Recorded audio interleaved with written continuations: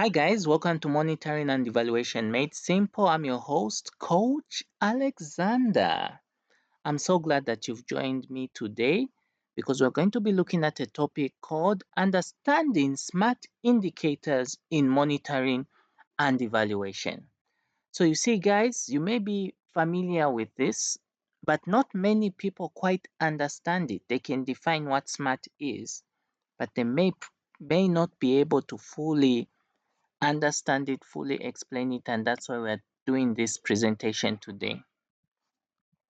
So as usual, please guys, these are totally free ebooks. Make sure you download them if you haven't done so yet. These are your books. You shouldn't have to pay for certain things. So you can get this book if you're a beginner. There are two of them. Feel free to download them. But then I've got this course which I'm running on Udemy, how to set up a monitoring and evaluation system step by step. This is a very good course. I want you to enroll in it. It's very cheap. It's at a highly discounted price, okay? If you look there on the far right, usually that's how Udemy discounts its prices. So please be sure to enroll. This is quite a long video, so make good use of the timestamps in the description below. So let's get started, guys, shall we? All right, so what are smart indicators? Well, indicators to start with are variables, okay, that give you the means to measure change, whether positive or negative. So that is why when you're defining an indicator, don't say, don't give it a direction because it is a variable, okay? It can go positive, it can go negative. I've noticed that in some projects, when they're defining indicators, they like to use words like increased income, all right? And they call that an indicator.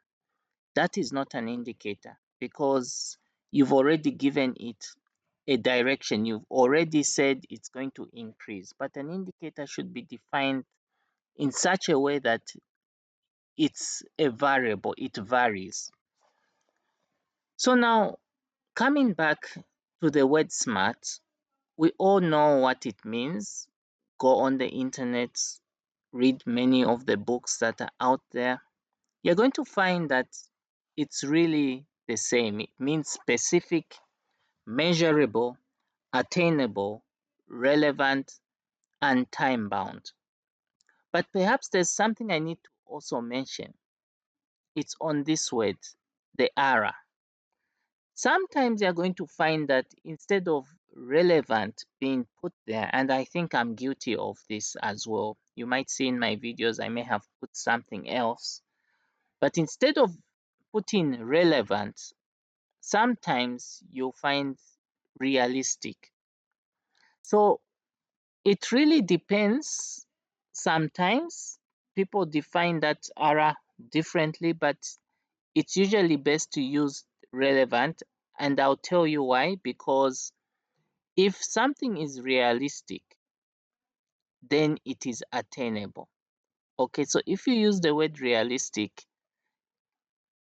then you are just saying the same thing as attainable, because realistic, attainable, these are one and the same thing if you really look at it.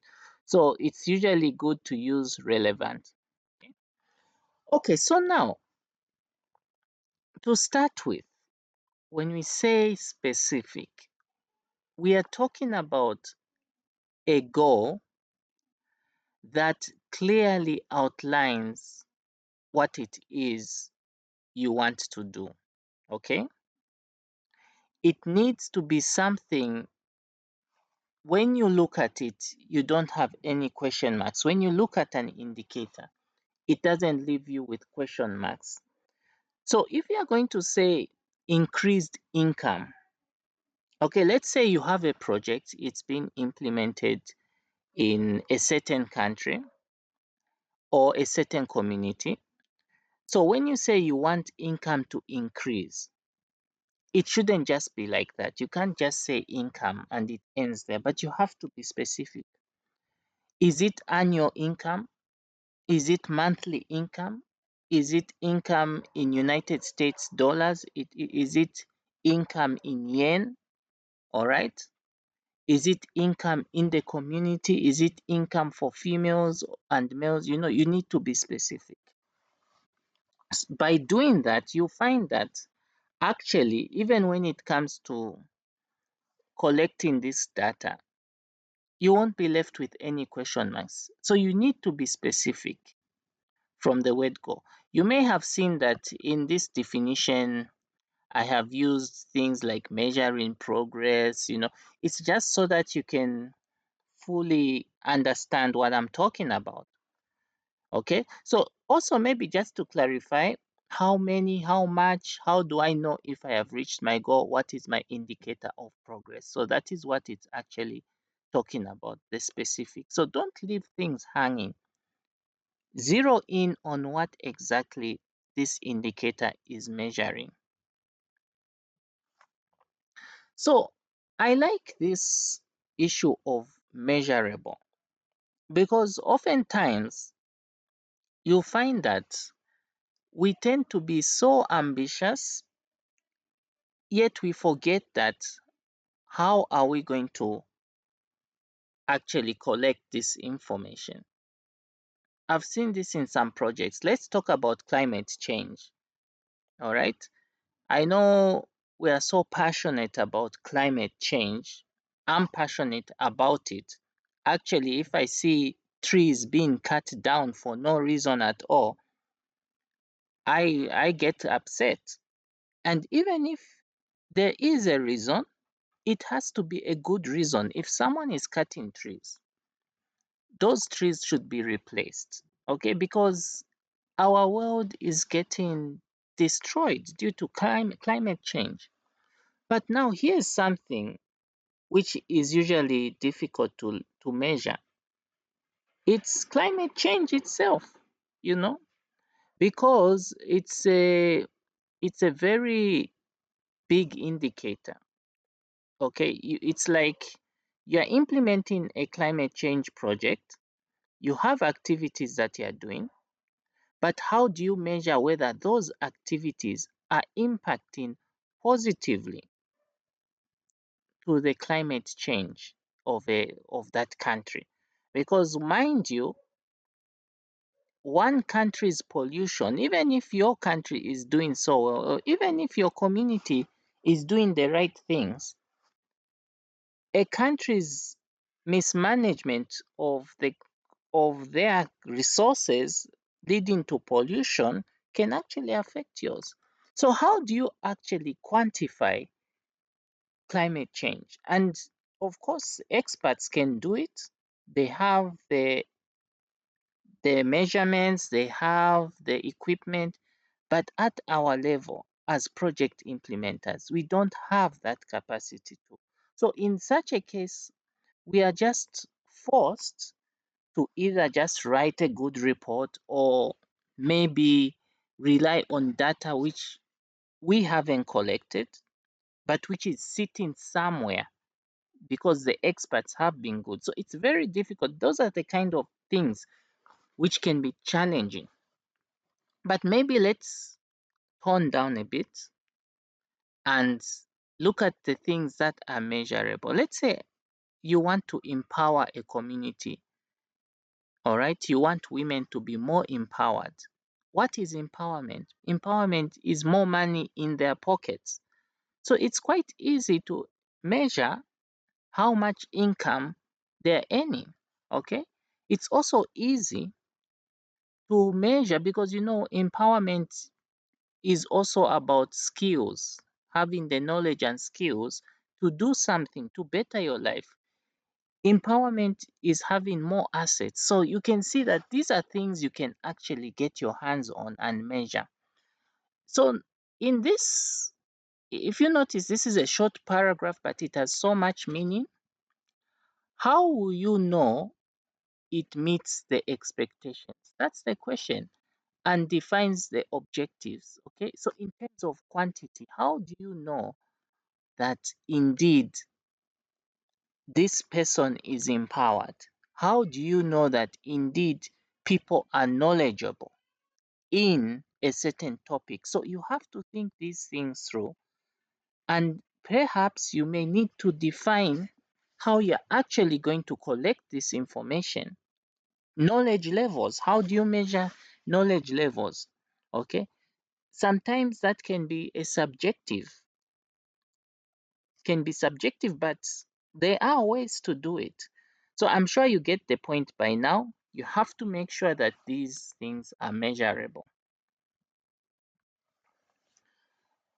This is also another thing I like. It's the issue of it being attainable. How do you measure whether this indicator is actually attainable, achievable? Okay, those are the questions, guys.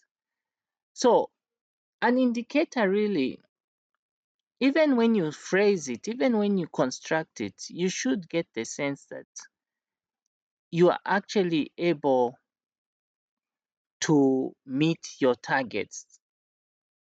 Okay, you should be able to know that, okay, with this indicator, it can fulfill expectations, it can fulfill the targets.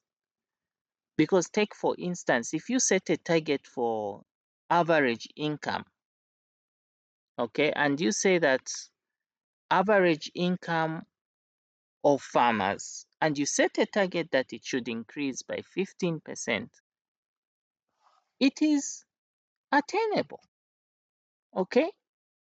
Because you know that given the resources, given the time frame, given the finances, you know that you can achieve these targets. So it's something that we also need to think about. And the issue of target setting, quite frankly, in my experience, it has been mismanaged, because the best way to set targets is not hearsay. You don't just set targets and say, no, I want income to increase by 50% or 100% in 2 years. You set an unrealistic target, but without considering whether it's actually achievable. So these are the things we need to keep mind of, guys.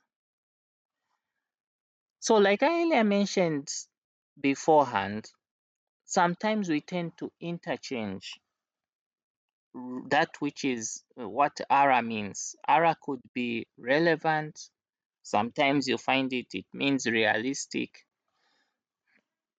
But I like to go, okay, of course, I can be guilty of that. Like I earlier mentioned, I could be guilty of saying realistic. Yeah.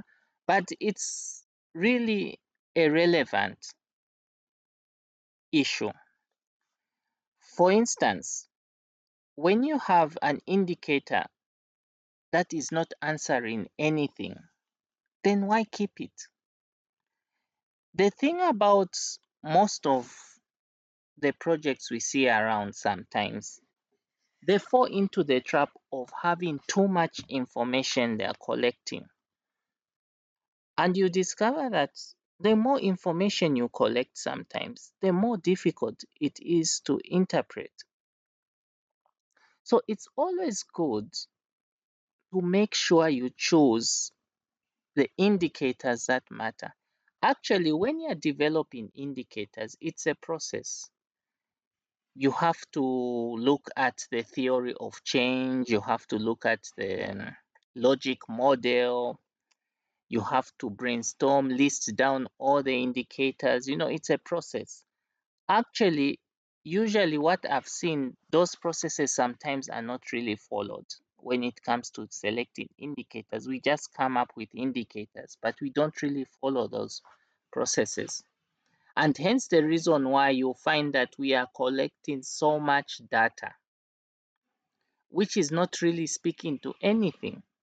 So we need to make sure that whatever we are listing down as an indicator is relevant.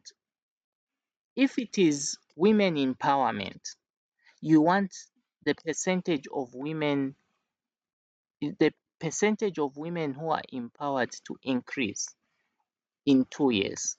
The indicators you'll be measuring, because these are relevant indicators, is average income, amount of assets acquired, level of knowledge on a particular subject. You don't say improved knowledge as an indicator because you're already giving it direction, but you say level of knowledge. Okay.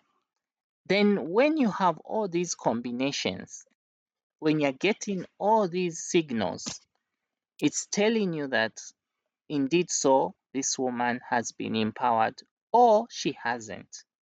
So let's make sure that whatever indicators we are getting are speaking to the overall vision of the organization, the project, as well as the strategy.